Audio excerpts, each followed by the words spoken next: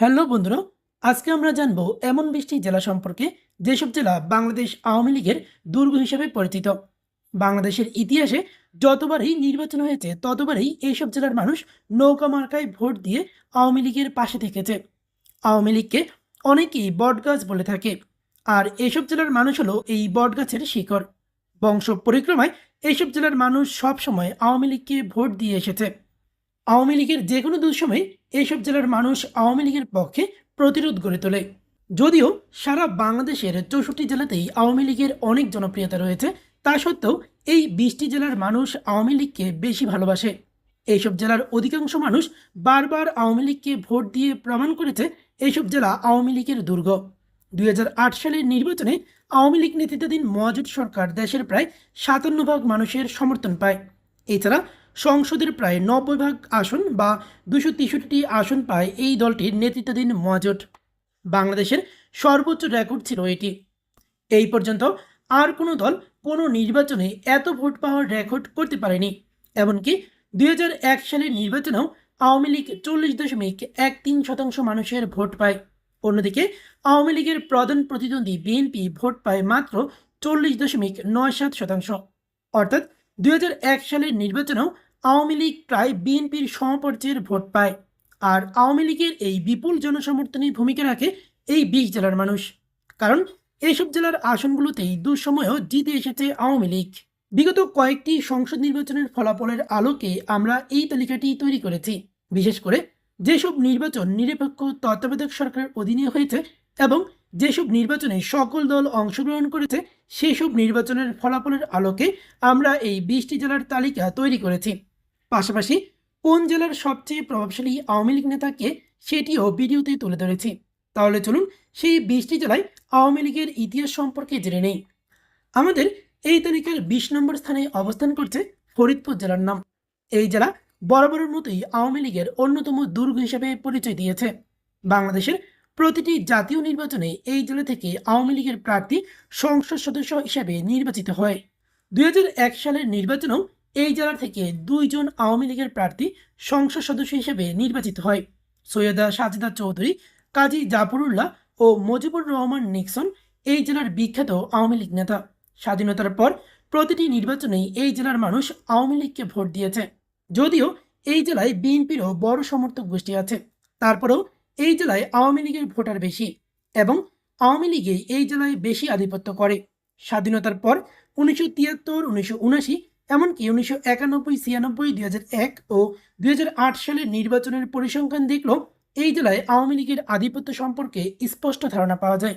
তাই আমরা ফরিদপুর জেলাকে আওয়ামী লীগের অন্যতম দুর্গ হিসাবে চিহ্নিত করতে পারি। আমাদের এই তালিকার 19 নম্বরে অবস্থান করছে জামালপুর জেলার নাম। জামালপুর জেলা ময়মনসিংহ বিভাগের একটি জেলা। এই জেলার মানুষ সবসময় আওয়ামী লীগের উপর আস্থা রেখেছে। চরম দুঃসময়েও এই জেলার মানুষ আওয়ামী লীগকে ভোট দিয়েছে। এই জেলায় মোট 5টি সংসদীয় আসন রয়েছে। এইসব আসনে বেশিরভাগ সময়ই আওয়ামী লীগের প্রার্থীদের জয়ের রেকর্ড রয়েছে।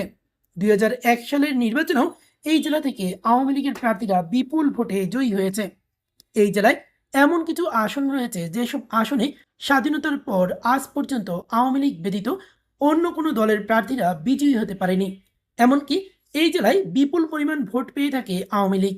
এই জেলায় কয়েকজন সংসদ সদস্য আওয়ামী লীগ সরকারের মন্ত্রীও ছিল, যার মধ্যে সাবেক সংসদ সদস্য মুরাদ হোসেন ও আবুল কালাম আজাদ অন্যতম। তাই সব দিক বিবেচনা করলে এই জেলাকেও আপনি আওয়ামী লীগের ঘাঁটি হিসাবে বিবেচনা করতে পারেন। আমাদের এই তালিকার 18 নম্বর স্থানে অবস্থান করছে কিশোরগঞ্জ জেলার নাম। স্বাধীনতার পর এই জেলার 3 জন রাজনীতিবিদ বাংলাদেশের রাষ্ট্রপতির দায়িত্ব পালন করেন, আর এই 3 জনই ছিল আওয়ামী লীগের। বাংলাদেশে এই পর্যন্ত 18 জন ব্যক্তি রাষ্ট্রপতির দায়িত্ব পালন করেন, তার 3 জনেই এই জেলার। বাংলাদেশের প্রথম অস্থায়ী রাষ্ট্রপতি সৈয়দ নজরুল ইসলামও ছিলেন এই জেলার সন্তান। আওয়ামী লীগের সাবেক সাধারণ সম্পাদক প্রয়াত নেতা সৈয়দ আশরাফুল ইসলাম এই জেলার প্রখ্যাত আওয়ামী লীগ নেতা ছিলেন। স্বাধীনতার পর প্রতিটি নির্বাচনেই এই জেলার মানুষ আওয়ামী লীগকে ভোট দিয়েছে। এই জেলায় মোট 6টি সংসদীয় আসন রয়েছে। 2008 সালের নির্বাচনে এই জেলার সবগুলো আসনে বিজয়ী হয় আওয়ামী লীগ।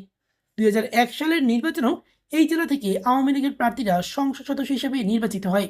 সৈয়দ নজরুল ইসলাম ছাড়াও এই জেলার আরও 2 জন রাষ্ট্রপতি হলেন প্রয়াত জিল্লুর রহমান এবং অ্যাডভোকেট আব্দুল হামিদ। আমাদের এই তালিকার 17 নম্বর স্থানে অবস্থান করছে মাগুরা জেলার নাম। আওয়ামী লীগকে ভোট দেওয়ার ক্ষেত্রে মাগুরা জেলাকে একটি পরীক্ষিত জেলা বলা যায়। মাগুরা জেলা বাংলাদেশের অন্যতম ছোট একটি জেলা।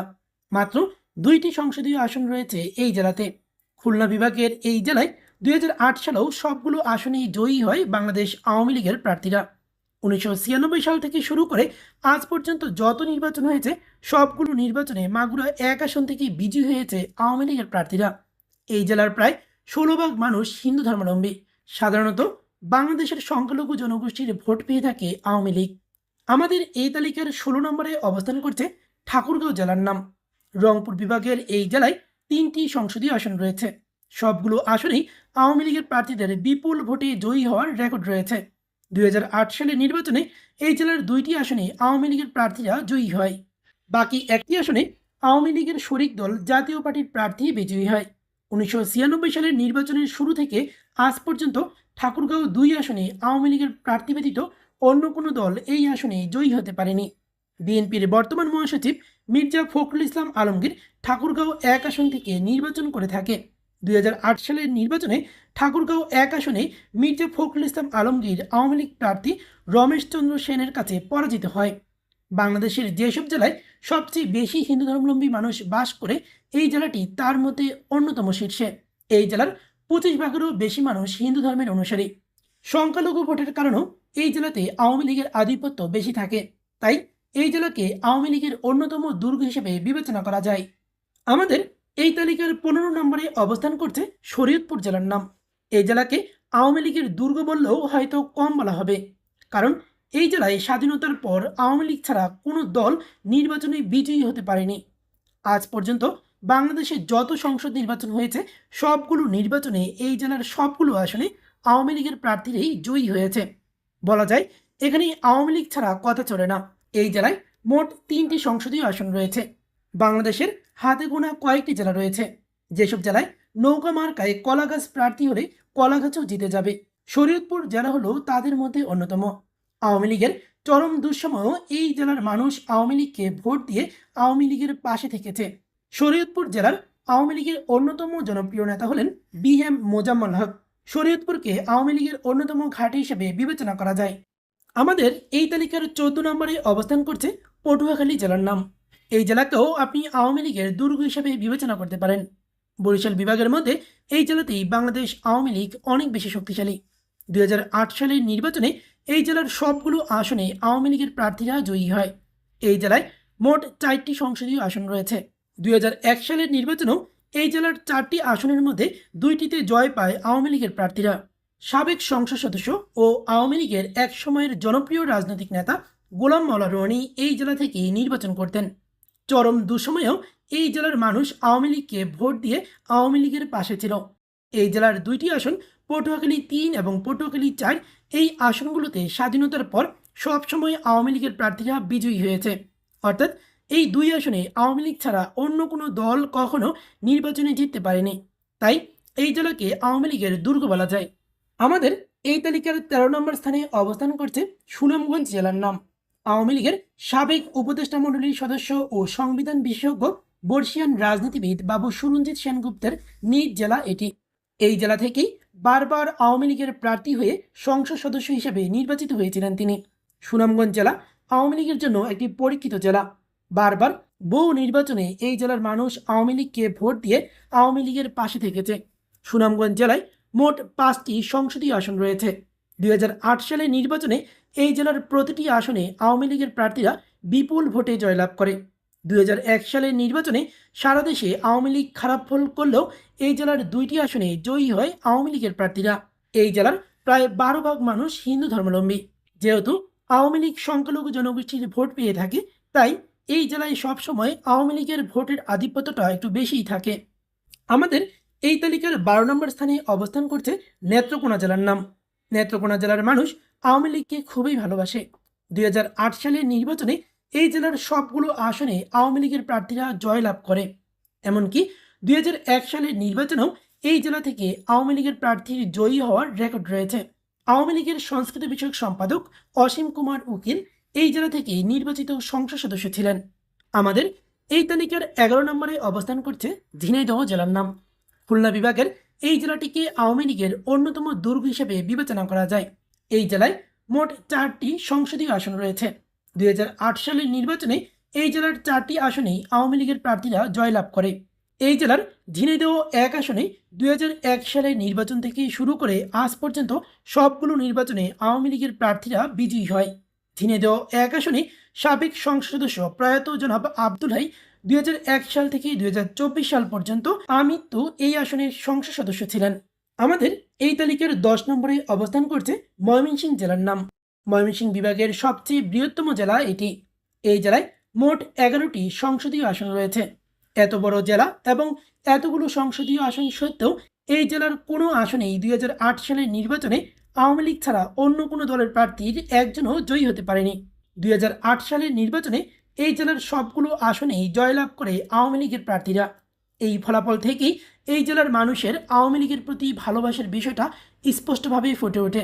যে কোনো বৃহৎ জেলায় সবগুলো আসনেই একক দলের বিজয়ী হওয়ার খুব একটা রেকর্ড নেই, কিন্তু ময়মনসিংহ জেলা এক্ষেত্রে ব্যতিক্রম। 2001 সালের নির্বাচনেও এই বৃহত্তম জেলার 5টি সংসদীয় আসনে জয়লাভ করে আওয়ামী লীগের প্রার্থীরা। অর্থাৎ চরম দুঃসময়েও এই জেলার মানুষ আওয়ামী লীগের পাশে থেকেছে।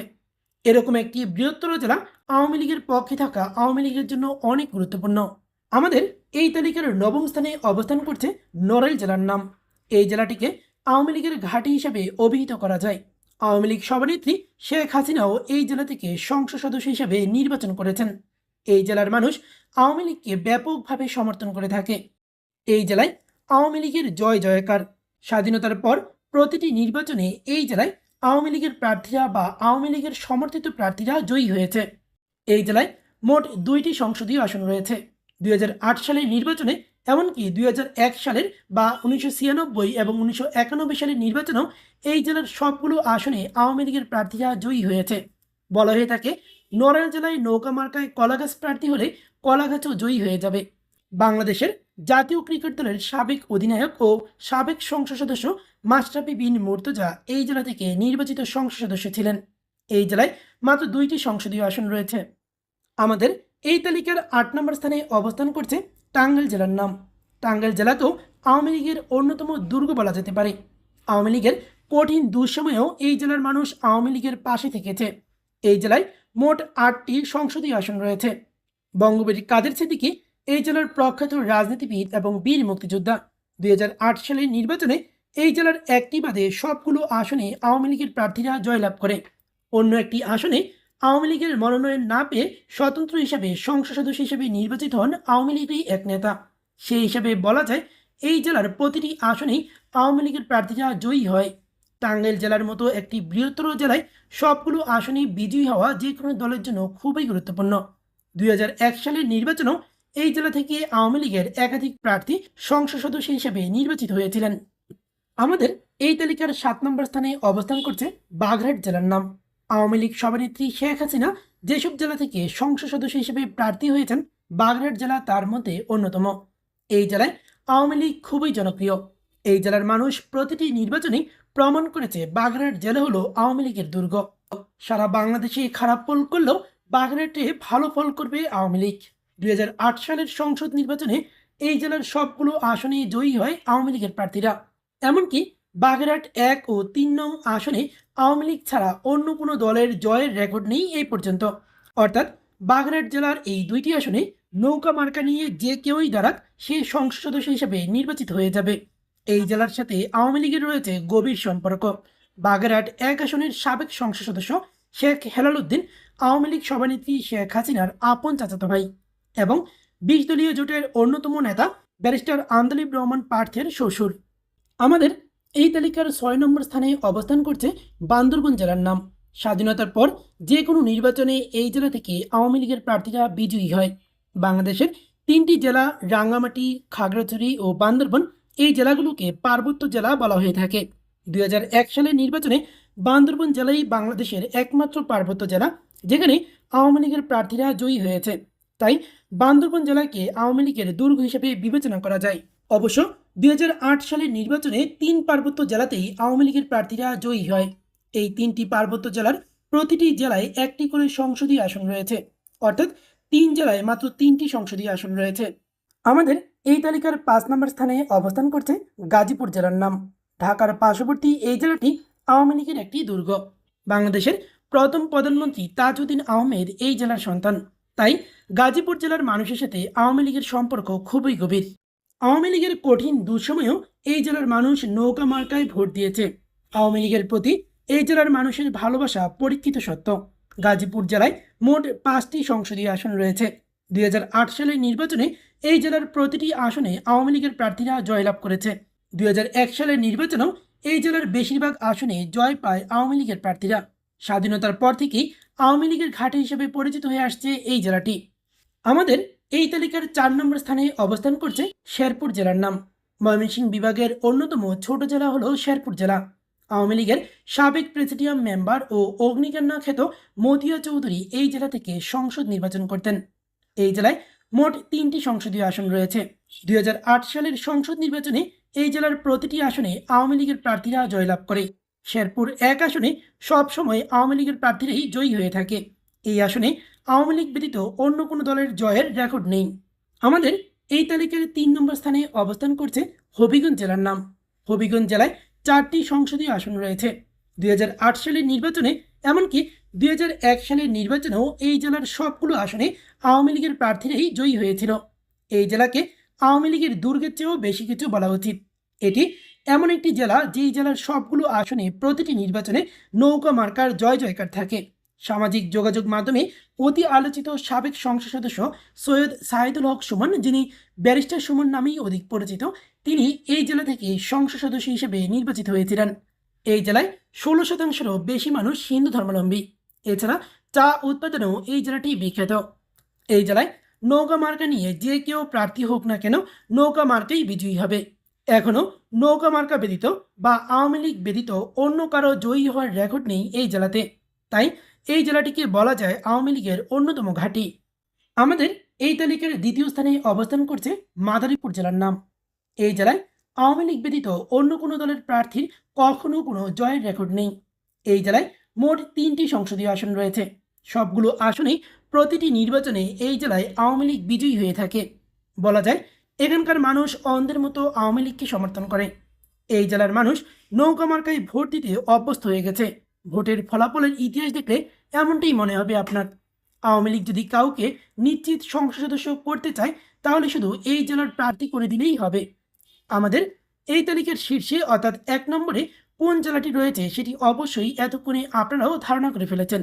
জি, আমাদের তালিকার 1 নম্বরে অবস্থান করা জেলাটির নাম হলো গোপালগঞ্জ জেলা। আওয়ামী লীগ সভানেত্রী শেখ হাসিনা ও বাংলাদেশের জাতির জনক বঙ্গবন্ধু শেখ মুজিবুর রহমানের নিজ জেলা এটা। সারা বাংলাদেশের মধ্যে এই জেলা আওয়ামী লীগের দুর্গ হিসেবে অধিক পরিচিত। বাংলাদেশের সংখ্যালঘু হিন্দু সম্প্রদায়ের মানুষের বসবাসের দিক থেকে এই জেলাটি শীর্ষস্থানীয়। প্রায় 27% হিন্দু জনগোষ্ঠী এই জেলায় বাস করে। আওয়ামী লীগ সভানেত্রী শেখ হাসিনাও এই জেলা থেকে নির্বাচন করে থাকে। এই জেলায় মোট 3টি সংসদীয় আসন রয়েছে। আর এই জেলায় বরাবরের মতোই আওয়ামী লীগের প্রার্থীরা জয়ী হয়ে থাকে।